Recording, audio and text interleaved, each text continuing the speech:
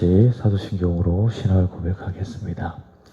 전능하사 천지를 만드신 하나님 아버지를 내가 믿사오며 그의 외아들 우리 주 예수 그리스도를 믿사오니 이는 성령으로 잉태하사 동정녀 마리아에게 나시고 본디오 빌라도에게 고난을 받으사 십자가에 못 박혀 죽으시고 장사한 지 사흘 만에 죽은 자 가운데서 다시 살아나시며 하늘에 오르사 전능하신 하나님 우편에 앉아 계시다가 소리로서 산자와 죽은 자를 심판하러 오시리라. 성령을 믿사오며 거룩한 공예와 성도가 서로 교통하는 것과 죄를 사하여 주시는 것과 몸이 다시 사는 것과 영원히 사는 것을 믿사옵나이다. 아멘. 310장입니다. 찬송가 310장입니다.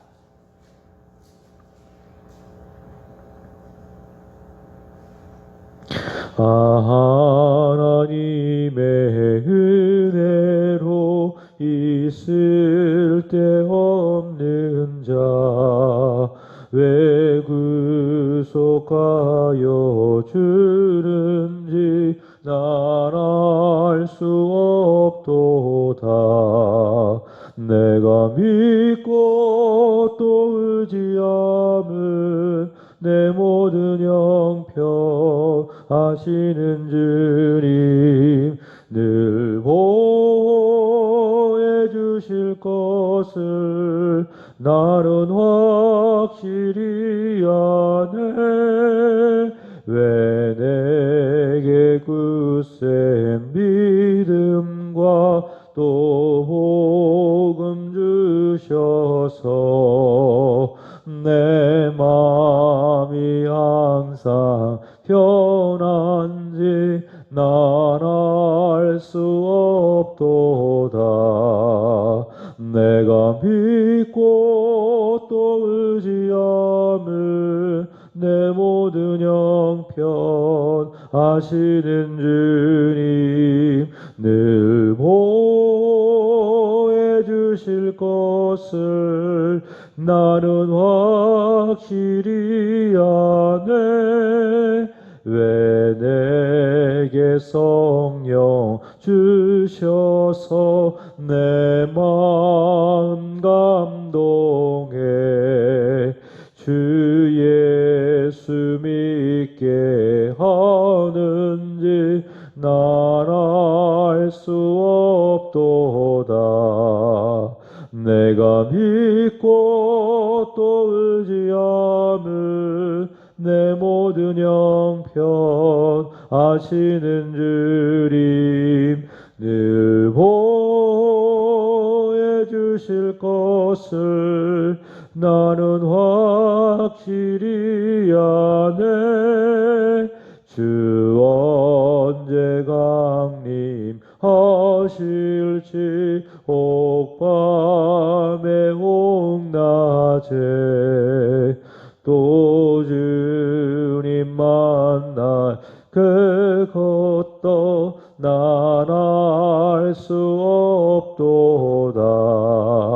내가 믿고 또 의지함을 내 모든 형편 아시는 주님 늘 보호해 주실 것을 나는 확실히 아네.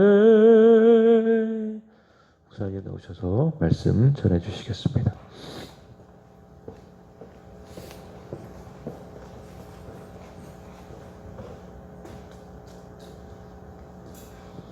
요한계시록 1장입니다.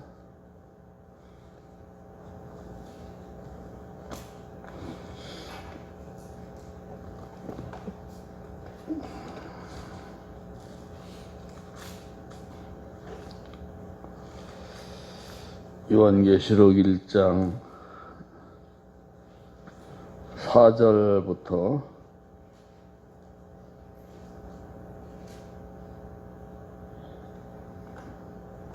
5절.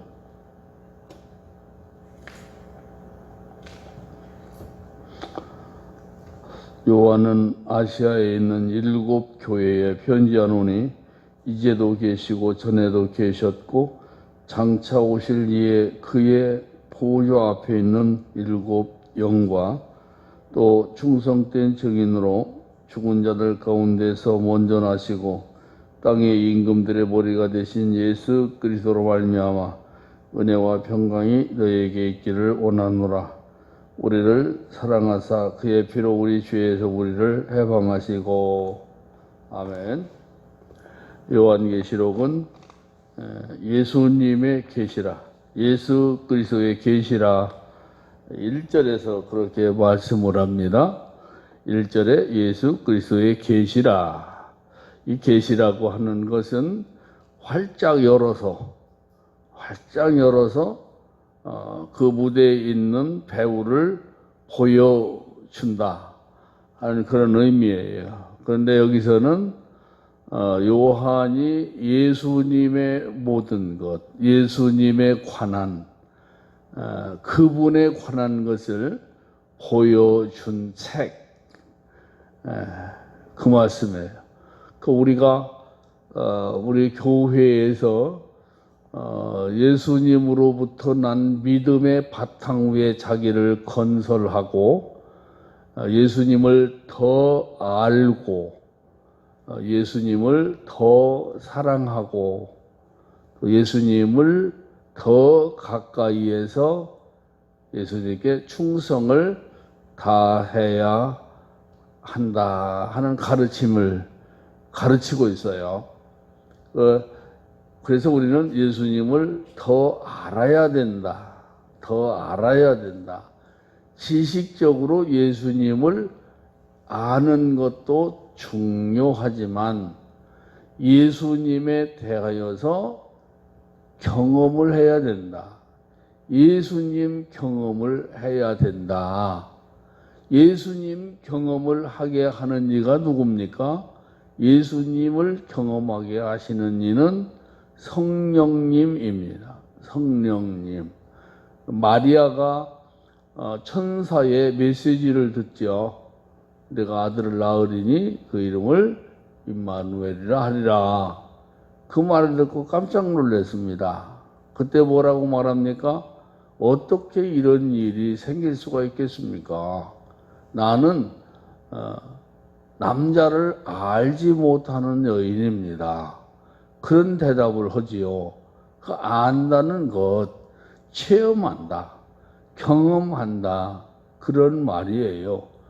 그래서 우리 예수 믿는 이들은 예수님을 지식적으로만 알지 말고 가슴으로 예수님을 알아야 합니다. 지식적으로 알면 머리만 커지고 가슴이 썩어요. 그러니까 우리는 지적인 면과 정적인 면으로 예수님을 체험해야 되는 거예요. 예수님을 경험해야 하는 것입니다. 예수 안 믿는 문학가들도요, 이 성경을 많이 읽고 성경의 내용을 인용하여서 자기들의 문학 작품을 쓰기도 합니다. 그러면서 그들 가운데에는 무신론자들이 많다는 얘기예요.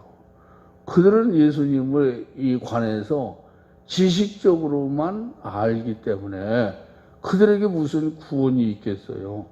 그렇기 때문에 우리는 하나님의 말씀 성경을 알 때 지적으로도 충분히 알아야 되고 정적으로 가슴으로 예수님을 많이 알아야 된다 하는 것을 말씀을 드립니다.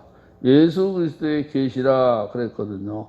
계시 딱 그 무대에 그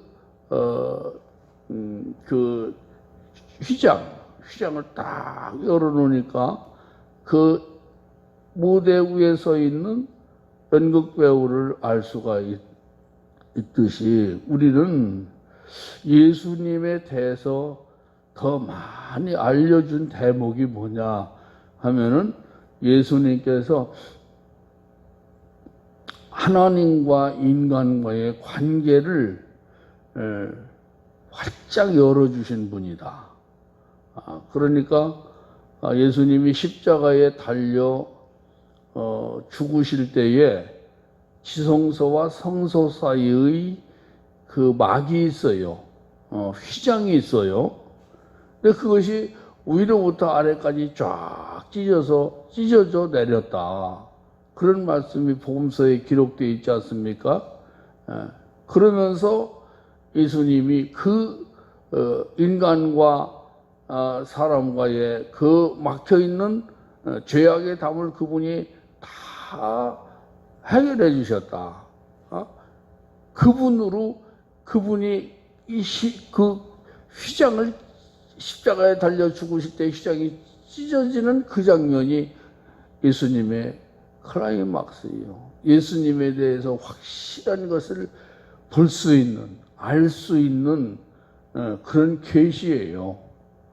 그래서 우리의 인간들은 예수님 그분을 통해서 그분의 피를 믿는 믿음을 가지고 만인 제사장이 되어서 하나님 앞에 떳떳하게 당당하게 나갈 수가 있는 겁니다. 우리가 어느 기관이라든지 요즘은 좀 심하잖아요. 기관에 들어갈 때에도 또 취업이 되어 있는 곳에 직장이어도 문 앞에 들어가려면은 통과할 수 있는 자격이 있어야 돼요. 그래서 심지어는 우리가 지하철을 타더라도 티켓이 있어야 돼요. 티켓이 있든지 있어야 그것을 통과해 나갈 수가 있는 거 아니겠어요? 문에 딱 내려 있다가 가면서 이 티켓을 넣든지 위에 카드로 찍든지 그러면 이게 딱 하니 올라가 가지고 이렇게 사람이 통과할 수 있도록. 그래서 그 근거에 당신은 티켓이 있구만. 당신에게는 카드가 있구만. 그러면서 나가는 길을 딱 열어준단 말이에요. 그 없으면 문을 딱 닫고 당신에게는 티켓도 없고 또 아무것도 없어. 들어갈 수 있는 자격이 못 돼. 막아버린다. 못 들어가는 거예요. 그와 같이 우리의 인간은 죄를 지어서 하나님과 멀어졌기 때문에 하나님과 인간 사이에 우리 인간이 죄악에 담을 쳐놨기 때문에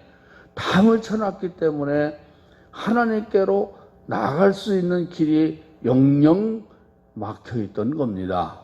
근데 예수님께서 그 십자가의 죽음을 통하여 그 담을 다 헐어버리고 휘장을 다 헐어버렸단 말이에요. 그러니 내가 이 죽음을 통하여 이 담을 헐었다. 내가 이 죽음을 통하여서 하나님과 인간과에 막혀 있는 담을 헐었다. 그러니까 너는 나를 믿고 따라와. 그러면서 우리 예수님이 그 휘장을 지나서 거룩한 하나님의 보좌에 먼저 가신 분이에요. 그래서 예수님을 믿고 가는 자들에게는 이 막을 재간이 없어요. 뭐가 막겠어요? 죄가 막겠어요? 또 사탄이가 마귀가 막겠어요? 하나님은 그것을 근거로 해서 다 받아주시거든요. 예수 믿는 믿음의 근거를 해서 네가 과거에 어떤 죄를 졌다 할지라도 하나님을 아들 예수를 믿게 됐으니 너에게는 정죄함이 없다. 그렇게 선포를 하셨단 말이에요. 하나님 선포를 하셨어요. 그래서 요한복음 8장 1절에서 주 안에 있는 자들에게는 결코 정죄함이 없다고 그랬어요. 예수 안에 있는 자들에게는 결코 정죄함이 없다. 그렇게 말씀하셨어요. 그래서 우리는 예수 그리스도를 믿는 믿음을 가지고 당당하게 하나님 나라에 들어갈 수 있다. 그래서 이 계시는 예수님께서 당신이 모든 믿음의 사람, 세상의 모든 예수 믿는 믿음의 사람들을 하나님의 나라로 끌어올리는 그런 분이시다. 우리 예수님에게 붙어서 예수님을 믿는 믿음의 근거의 자신을 가지고 지금 천성을 향해서 한 걸음 한 걸음, 한 날 한 날 가는 것이고, 마지막 때에 우리는 하나님의 나라에 당당히 들어갈 수가 있게 된 사람들입니다. 그 일을 마련하신 분이 바로 예수다. 그 일을 행하신 분이 바로 예수다. 그 예수님을 보여준 책이에요. 그래서 요한계시록을 통해서 우리는 예수님이 어떤 분인가 하는 것을 많이 알 수 있는 대목들이 굉장히 많이 나옵니다. 자, 오늘 여기 말씀 속에 요한은 아시아에 있는 7교회에 편지하노니, 7교회의 편지의 내용은 어디에 기록되느냐 하면 2장 1절부터 기록되어 있어요. 2장 1절부터 요한은 아시아에 있는 7교회의 편지를 전하는데, 편지라는 게 뭐겠어요? 이 편지는 곧 하나님의 말씀이에요. 편지, 4절에 편지가 나오잖아요. 하나님의 말씀이에요. 또 요한계시록을 편지라고 말한 것뿐 아니라 바울 선생이 쓴 바울 서신도 이걸 편지라고 칭했어요. 그래서 옥중 편지라고 하는 게 목회 서신 편지, 이게 다 편지예요. 그 편지에 보면은 교회에 문안한다, 또 교회에 있는 개인들에게 문안한다, 그렇게 말하잖아요. 그러니까 이 요한이가 감옥에 있으면서, 바울 선생이 감옥에 있으면서 감옥에서 하나님이 주시는 계시에 의해서 성경을 기록했어요. 그 성경을 기록을 해서 각 교회에 전달했습니다. 오늘 여기 이 사도 요한은 반모섬에서 귀양갔거든요. 그를 죽이려고 했는데 죽지 않으니까 핍박자들이 그를 깜짝 놀라서 이 사람 죽이면 우리 큰일 나겠다. 그러면서 사람이 살지 않는 무인도, 사람이 살 수 없는 곳이 얼마나 열악했겠어요. 그곳에 보냈는데 그곳에서 주의 날에 계시를 받게 되는 겁니다. 그래서 편지를 썼어요. 편지를 썼는데 그게 성경이란 얘기예요. 그래서 이 편지를 써서 또 편지를 써서 보낸 것이 요한계시록이다. 요한계시록이고, 그 편지의 내용은 예수님에 관한 그런 얘기예요. 그런 얘기고, 그 예수님에 대해서 여기 이 요한계시록이라고 하는 편지에서도 소개를 합니다. 예수를 소개하거든요. 우리 성도들도 그래야 합니다. 내가 받은 예수, 내 안에 계신 예수, 내가 알고 있는 예수, 내가 사랑하는 예수, 또 내가 가까이에서 따라가는 그 예수, 또 내가 나의 왕으로 여기고 충성하는 예수, 그분에 대해서 우리가 알고 대답할 수 있어야 됩니다. 그래서 베드로 선생은 누가 뭐라고 하더라도, 누가 물을 때에 예수에 대해서 설명할 수 있는 지식을 갖고 있어야 할 것을 말씀하고 있습니다. 그래서 우리들도 예수님을 알려주는 사명을 감당해야 됩니다.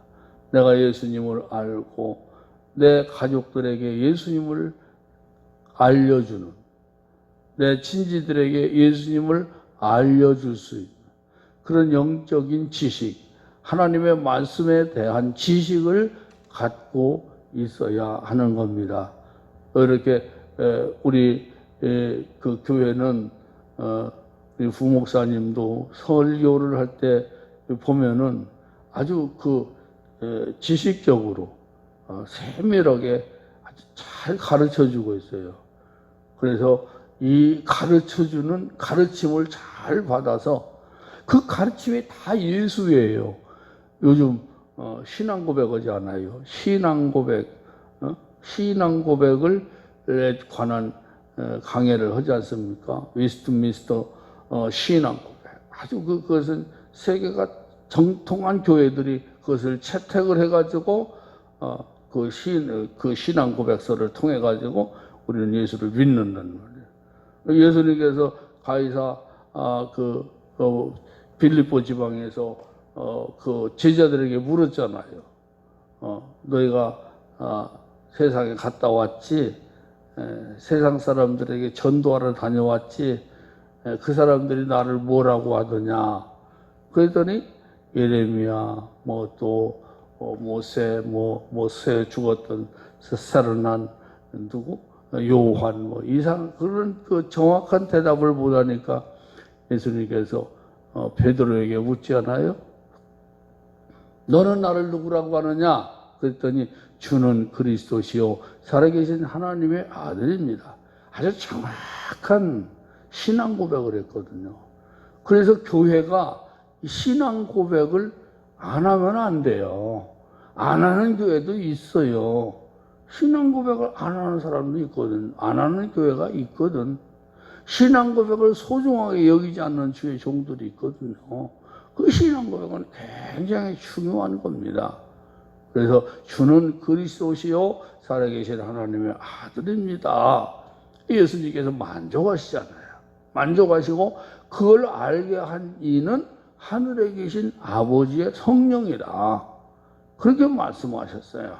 그렇기 때문에 우리는 예수를 알되 중요하게 알아야 돼. 소중하게. 그래서 내가 보기에도다. 너는 개바라고 하리라. 반석이라고 하리라. 내가 이 반석 위에 내 교회를 세우겠다. 그 말은 뭐냐? 베드로의 훌륭한 하나님께서 주신 정확한 그 신앙 고백의 바탕을 두어서 교회들이 세워진 거예요.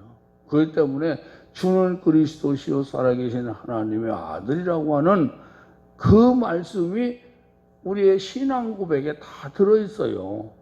웨스트민스터 신앙 고백서에 그게 다 들어있는 거예요. 그래서 신앙 고백에 관해서 세밀하게 공부하는 것은 중요하다. 근데 여기서는 예수님을 또 뭐라고 가르치고 있습니까? 요한은 4절 아시아에 있는 7 교회에 편지하노니 성경이에요. 성경이에요. 성경에 예수님을 뭐라고 가르치고 있습니까? 첫째는 이제도 계시고 현재성이에요. 이제도 계시고 예수님은 지금도 계십니다. 지금도 우리와 함께 하시는데 그 분의 성령, 하나님과 예수 그리스도로부터 나온 영, 성령, 그분이 지금도 우리와 함께 계신 것입니다. 그래서 예수님은 누구냐? 지금도 계신 분. 아멘. 그 다음에 두 번째로는 예수님이 어떤 분이셨느냐? 어떤 분이시냐? 전에도 계셨고 과거에도 예수님이 계셨어요. 그 예수님의 시작이 언제냐? 예수님의 시작은 없어요. 예수님의 시작은 영원입니다. 누구에 의해서 만들어지신 창조물이 아닙니다. 창조 이전에 영원 전에 계셨던 분입니다. 어떤 분들은 예수님이 언제부터 계셨냐? 2000년 전 유대 땅 베들레헴 마귀간에서 탄생한 그때부터 예수님이 계신 것으로 착각을 한단 말이에요. 예수님은 스스로 계신 분입니다. 출애굽기에 말씀해 볼 것 같으면 거기에 모세가 신비한 광경을 호렙산에서 보게 되거든요. 음성을 듣게 되거든요. 그때 하나님께서 야, 내가 서 있는 곳은 거룩한 곳이야. 너 서 있는 곳에서 신발을 벗어라. 그러면서 하나님이 이 모세에게 계속해서 말씀하시니까 이 모세가 궁금한 거예요. 도대체 당신이 누굽니까? 그때 하나님께서 모세에게 말씀하시고 나는 스스로 있는 자다. 스스로 있는 자다. 그게 말씀하고 예수님은 스스로 계신 분입니다. 하나님을 아버지라 예수님께서 부르시니까 하나님 아버지가 그 예수님을 우리의 육적인 어떤 그 방법처럼 남녀의 방법처럼 생물학적인 방법처럼 예수님이 유대 땅 베들레헴 2000여 년 전에 거기서 태어날 때부터 그때부터 예수님이 존재한 것으로 착각하지 말라는 얘기예요. 예수님은 누구에 의해서 창조되신 분이 아니고 그분에게는 연대도 무궁한 분이에요. 그래서 그분은 스스로 계신 분. 전에도 계셨고 지금도 계신 분이다. 그렇게 두 번째로 말씀합니다. 세 번째로 마지막으로는 예수님은 언제 예수님에 대해서 뭐라고 말씀합니까? 여기 보니까 4절에 장차 오실 장차 오실이라 그랬어요. 장차 오실 분. 이것은 예수님의 재림을 말하는 것이죠. 이 성경은 예수님의 그 승천 이후에 한 100여 년 후에 기록된 책이거든요. 그러니까 이 요한은 예수님을 봤어요. 함께 음식도 먹고 자랐어요. 그 예수님의 그 수하에서 예수님을 수종 들고 받들었어요. 그리고 예수님이 처절하게 죽으시는 그 모습을 현장에 목격한 사람이에요. 부활하신 거룩한 그 몸으로 제자들에게 자주 나타나셔서 가르쳐 주셨어요. 승천하시는 것도 봤어요. 그러면서 예수님은 뭐라고 말씀합니까? 내가 장차 오겠다. 하늘에 올라가서 너희를 위하여 처소를 예비하고 다시 오겠다. 또 천사들도 너희들은 왜 하늘을 쳐다보고 있느냐. 하늘로 올라가신 이 예수는 너희들이 본 그대로 장차 오실 거야. 제자들이 이 예수님의 재림에 대해서 굉장히 궁금했어요. 언제 오십니까? 언제 오십니까? 때와 좀 기한을 좀 알고 싶어가지고 몸부림을 칠 때 때와 기한은 너희가 알 바 아니다. 그러면서 다만 예수님이 오실 날이 점점 가까워올 때에 세상 돌아가는 것에 대해서 소상하게 말씀하신 내용이 바로 마태복음 24장에 있는 말씀. 바울 선생도 그 디모데 후서 3장에서도 그렇게 말씀하셨고 성경에서는 분명히 예수님 다시 오신다. 그건 본인도 말씀하셨고 예수님 본인도 말씀하셨고 제자들도 말씀하셨고 바울 선생도 말씀하셨고 성경이 말씀하셨고 천사들도 말씀하셨어요. 그래서 장차 오실 분이다. 4절 말씀 이렇게 예수님에 대해서 알려주고 있습니다. 그래서 예수님은 우리들에게 편지를 주신 분이다. 말씀을 주신 분이라는 얘기예요. 편지는 성경이에요. 예수님은 우리에게 성경을 주신 분이다. 예수님은 성경을 주신 분이고 또 예수님은 현재 살아 계셔서 우리와 함께 계시고 또 두 번째 전에도 계셨던 분. 예수님은 장차 오실 분. 장차 오실 분. 예수님에 대해서 이렇게 사도 요한은 말씀하고 있습니다. 그 이와 장차 오실 이와 그의 보좌 앞에 있는 7 영과 여기 7 영 천사를 말하는 것. 천사는 영입니다. 영적 존재예요. 우리는 영육 존재지만 천사는 육이 없어요. 천사에게는 영만 존재합니다. 그 영들이 하나님을 보좌하고 있고 모시고 있는 거예요. 그래서 이 계시록에 볼 것 같으면은 천사에 관한 요한 사도가 본 그대로를 기록한 내용이 많이 나와 있어요. 기도하겠습니다. 이제도 계시고 전에도 계시고 장차 오실 예수님, 오늘 우리들이 예수님 더 많이 알게 하여 주시고 더 많이 알기를 원합니다. 살아계신 예수님, 오늘도 저희들의 삶을 온전히 주관하시옵소서. 혼란스럽고 어지럽고 뒤뚝거리고 어디를 갈지 모르고 있는 이 정부, 이 나라 불쌍히 여겨 주시옵소서. 하나님, 우리 성도들 가정을 축복하옵소서. 외국에 있는 우리의 지체들, 그리고 각지에 나가 있는 우리의 지체들, 무엇을 하든지 어떤 일을 하든지 어느 곳에 있든지 오늘도 안전하게 저희들의 삶을 지켜주시고 보호하여 주시옵소서. 코로나라고 하는 질병이 저들에게 침투하지 못하도록 하옵소서. 저들의 골짜기 같은 삶을 하나님께서 꿈을 주시고 비전을 주셔서 하나님, 에스겔서 37장에 나와 있는 그 놀라운 꿈처럼 하나님, 우리의 모든 삶이 새롭게 하여 주옵소서.